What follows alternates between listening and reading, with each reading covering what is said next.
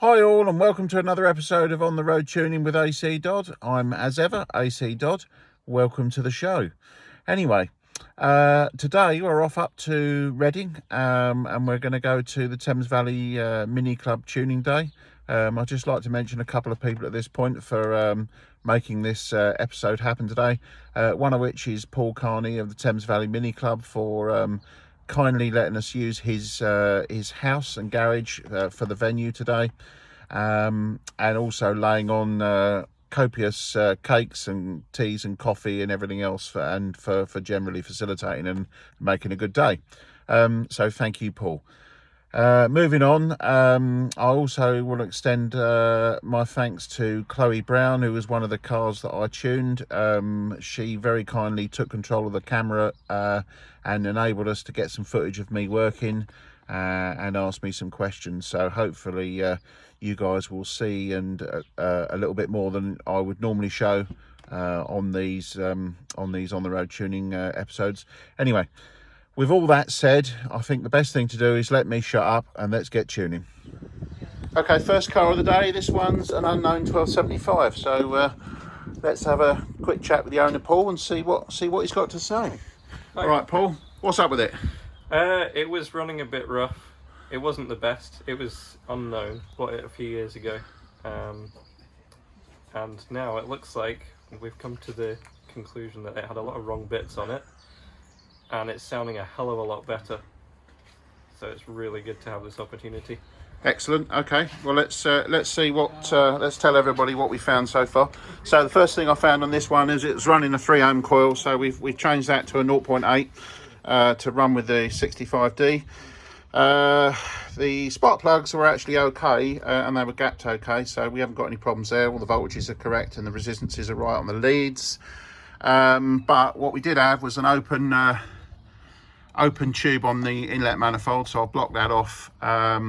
We also had a BEJ needle in there, which was way too lean, and then somebody had set the idle mix too rich to try and compensate. So you know, clearly it wasn't very happy. So we've sorted that out so far. The advance curve looks good, so we're just dialing in the needle and see how it runs. Right, Paul's been out for his test drive. Let's see what he thinks. Absolutely superb. A huge improvement. It just goes when I want it to go, and it keeps going, and it doesn't stop. Wonderful. No flat spots? No, Nice and crisp on the throttle, yeah? Super smooth. Crisp. Excellent. Really right. active. Excellent. Feeling. So would you recommend this to anyone else? 100%. Wonderful. All right, well, thanks, Paul. I hope you enjoy your car. Thank you. Cheers. Okay, so this is the second car of today. It's a nice Clubman. Actually, this one's in fine fettle. So we've got a distributor with the right advance curve. We've got the correct coil fitted. We've got the right spark plugs, the gap properly. There are a few issues with it, but let's talk to the owner first. Hello, mate. Oh yeah. And what's your name? I'm Barry. All right, Barry. Okay, so you bought it here today. What's the reason for coming? Just not long had the car. Only had it since October last year. As far as I was concerned, it ran pretty good.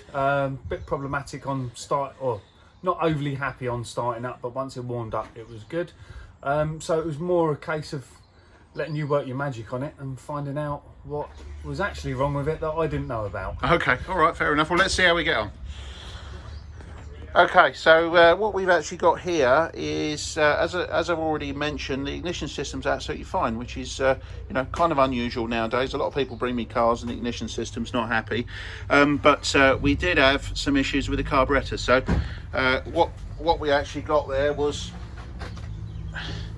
we had a green spring fitted in the dashpot and a damper that was not working, basically, so just not controlling the rise at all of the piston in the carb. So we put a new damper in, changed the green spring for a red spring, and the needle was incorrect as well, so I've changed that for a BBA, and now we're going to dial it in. Dialing in this case meant the new BBA needle needed a whisker off at the part throttle sections on the needle to make the fueling correct right way across the rev range, and the results hopefully speak for themselves. Right, Barry's been out for a test drive. You can already tell by the look on his face, but how's the test drive now? Well, Yeah. You can swear, it's fine. Fucking unbelievable. I can't really describe the difference. The throttle response is amazing. The car just wants to go. It's night and day different, and I can't thank you enough for what you've done for it. It's Excellent. unreal. Well, you know, I always like to see the response, and you gave me a very strong response when you got back. So I was, Brilliant. You know, that's excellent. But the main thing to notice is the car's smoother. It's Yeah. nice and crisp on the throttle. There's no flat spots, and you know, it just feels effortless when you drive it. Yeah. Perfect. Yeah, perfect. Sounds completely different. Just sounds so much nicer as well. Everything about it. Everything Excellent. about it. Thanks very much, Barry. Would you recommend this to anybody else? 100% I would. 100%, definitely. And just to say beforehand, you didn't think it was running too badly, did you? No, I thought it was all right, to be honest, and sort of thought I knew you'd find bits, but you know, thought it was running well enough that you'd go, yeah, no, that's good. It's running all right. But now, I mean, oh yeah, oh my god, different car. All right. Completely Anyway, different. thanks, Barry, and hope you enjoy it. Yeah, brilliant. Thank you. Okay, this is Justin. All right there, Justin. I'm good. We obviously didn't. We're not featuring your car on the video this one. I'm just going to ask you obviously the before and after, because I know you've already driven it after, so contain your excitement. But if you'd like to tell us just what the spec of the car was. Yeah, it's a 1970 Mark III with a 1300 GT engine in it, running a 276 cam. Okay, is it a modified head? Slightly, yeah, it's been ported. Yeah, and it's a HI 44 carb. Yeah. Okay, so you know, what was the reason you come here today?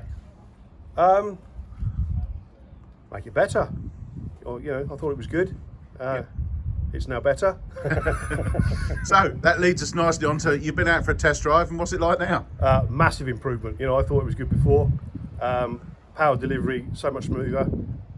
More of it, less noise, and clearly after the magic it worked. Yeah. Everything moves. Yeah, absolutely. So we had a few issues with this one, but namely the spark plugs were changed. We had to change the needle. It had the wrong spring in the carburettor.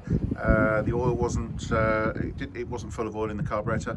And what else did we do? Oh yeah, timing setting was too far advanced. So But apart from that, it was great. yeah. But apart from all that, it wasn't bad. Yeah. So anyway, the main thing is now you're a happy bunny, and Absolutely. would you recommend this to anybody else? Absolutely. To any of the skeptics out there, get it done. You notice the difference. You know. Yeah, Excellent. it's a dark art, and the man's a guru. Excellent. All right. Well, thank you very much, Justin. No Cheers. worries, thank you.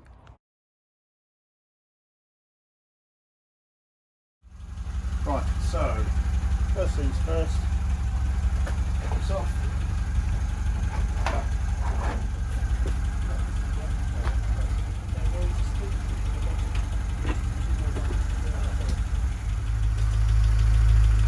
So what we're going to do here is I've been doing all day with the other cars.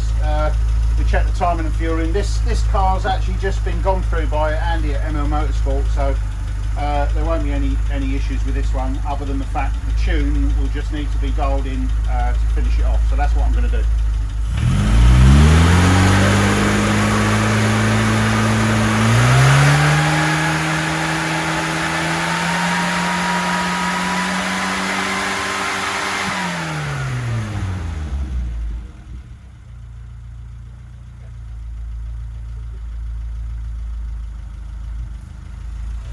And as I said, because Andy's been through it, the timing's perfect. So nice one, Andy.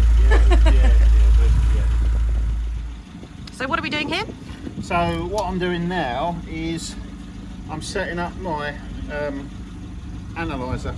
So this is a wideband, modern wideband that you have out of a modern car, which is basically an oxygen sensor, and it's determining the combustion mixtures coming out of the engine.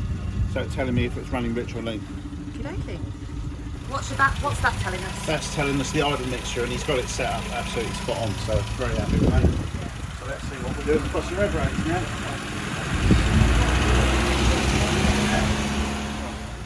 Turn it off.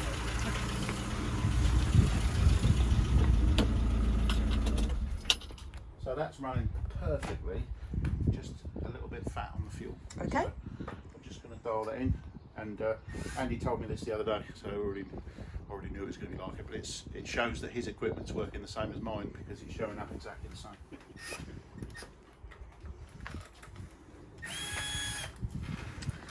And which carb is fitted? This is a single HS4 SU, which has been rebuilt by myself. And it's used in conjunction with your Dizzy as well. That's right, yeah. So this has got one of my recurved Dizzies on it as well to make the most of the basically get the most out of the engine. But we've got too much needle, so we're going to change that, and then we're going to modify the needle to get the fuel in perfectly right away across the rev range. All I've done is I've just run the engine at various rev points right the way across the rev range and then monitor the fuel in. So in reality it's too rich at 2000, too rich at 3000, starting to go lean at 4, and then at 5000 it's, well, at 4 it's just about right, and at 5000 it's just about right as well. So what we've got to do is, unfortunately I can't put metal back on, so I need to start with a different needle. Alright. So what are we doing here? So what I'm doing here is I've selected a leaner needle which has got bigger diameter than the one that was in it, because the one that was in it was too rich at this point. So I'm now going to take the leaner needle and then I'm going to richen it up to make the fueling just right all the way across the rev range, but not as rich as this one. Great.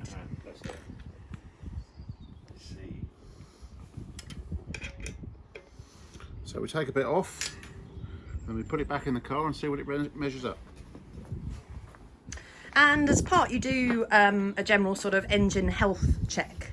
Yeah, basically what I've been doing to the other cars is when it comes in, I'll make sure the coil's right, I'll make sure the spark plugs are right, I'll also make sure that it's got the right HT leads on, and got 2 high resistances, and obviously I make sure the engine's got no air leaks as well. In this case, as I say, this car's already come from Andy at ML Motorsport, so it's actually spot on, it's got all the right bits on it, it's running perfectly, apart from the tune is just a little bit fat, so we're just going to lean that out now to make it run perfectly. And it will obviously use less fuel and drive nicer. So. We like that with the current fuel crisis. Absolutely. Are minis really, classic minis, that fuel inefficient?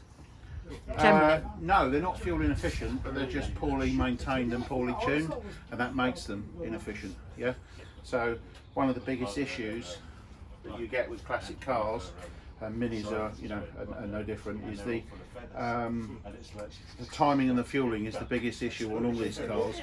And every single car that I've had in today, and just about every single car that I come to tune, has all got the same fault.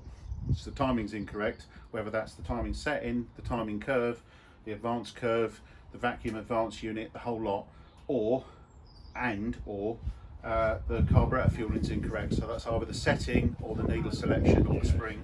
And I had a car this morning that the spring was wrong, the needle was wrong, the damper was wrong, and the oil was wrong. So just about everything in the carburetor was wrong. And obviously the owner was very happy once we rectified it. So if the carburetor jams and it overflows, What do you carry with you on a tuning day?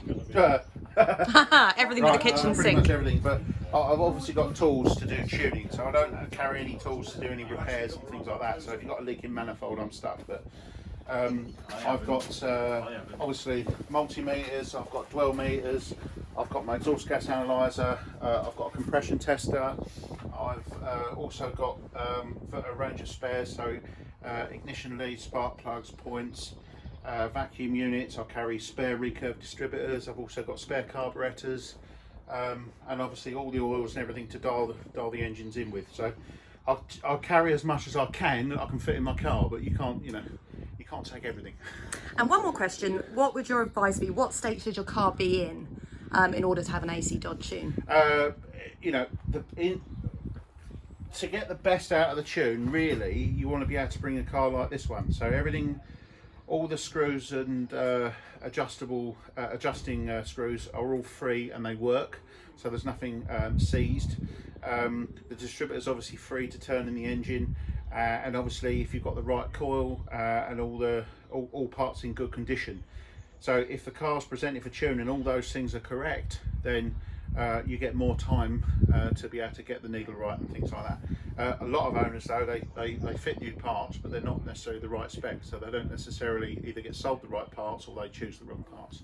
So the main things I usually come across is worn carburetors, things like that. People think that it just needs a tune up, when in actual fact the carburetor is unable to control the fueling, so it needs replacing or rebuilding. So it's just things like that that people need to consider, that everything should be in good condition and to be able to be worked on. Okay, that's really the key. Great.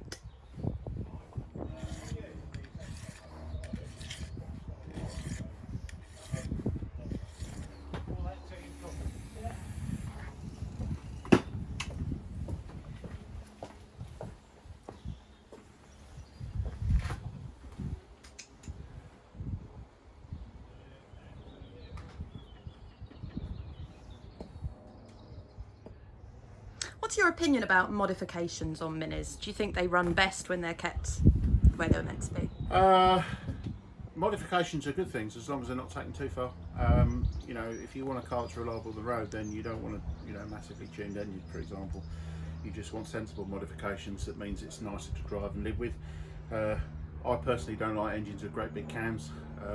You know, it wears things out too quickly, causes undesirable running characteristics, poor emissions, things like that, and costs you more money in the long run if you want to run a car for miles on the road, if that makes sense. So the best thing to do is to keep the modifications sensible. A lot of people nowadays, they might have a modified head and things like that, but they might keep the cam the same or very mild, and it just makes the engine nice to live with, and still good on fuel. Try that again with the air filter on. I think that's somewhere near right already.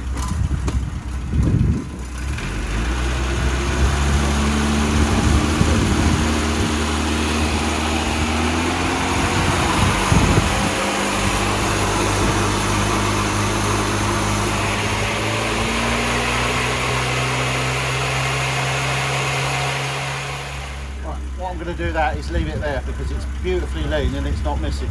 So that's actually what you call like a factory tune, so that's absolutely perfect. So I need you to drive it now and see how you get on. Okay. Okay, so this is Chloe. We've done her Mini now, obviously made a needle for it. Andy did a cracking job setting that engine up, so actually it was the quickest one for me to dial in today because everything was running right. But the most important thing, however, is obviously how the customer feels about the car after they've had the tune. So what do you think? Does my smile give it away?